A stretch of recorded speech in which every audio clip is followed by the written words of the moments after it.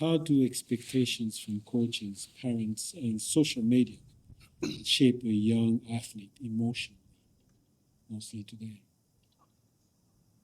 Social media, how can it shape Hmm. a young player today? Expectations from coaches, parents, social media.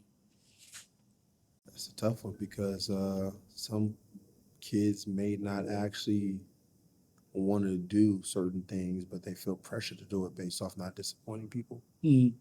And I noticed that,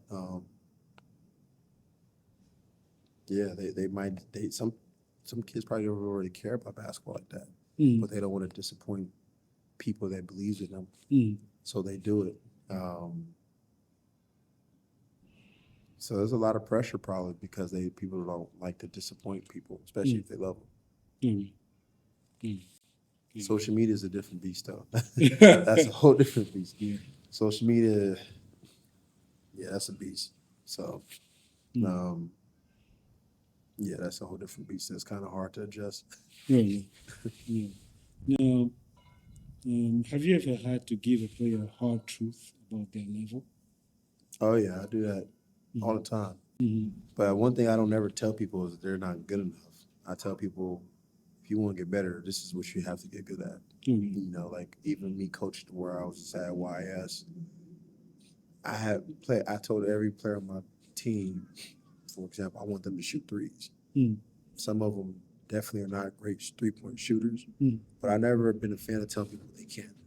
Okay. You know, I always wanted to try to give people confidence and not take it. Okay. You know, so me trying to tell every player, you can ask each player on my team, I always tell them shoot the ball, shoot the ball. I had to force them to shoot Mm-hmm. and more. Mm-hmm. You know, so to me that's different. A lot of coaches definitely won't do that, especially if the player can't shoot. But you know, for me, that's is what I felt was best to do. Okay. Okay. Now, what is harder to develop, discipline or confidence? Both. Both. Okay. Both. Both are the hardest things. Okay. You get confidence from being disciplined. No, Okay. you're not gonna have confidence not being disciplined. Okay. You know, so if you have confidence from not being disciplined, it's a temporary confidence. Okay. You know, so if you're disciplined, you know results are gonna happen, which gives you confidence. Okay. Because you know you're gonna do this, you know this is gonna happen, Mm. and if you know you do this, you know this is gonna happen. That's how people get confidence because they know what's gonna happen. So, in my opinion, I think both. Okay. So which tends to break first?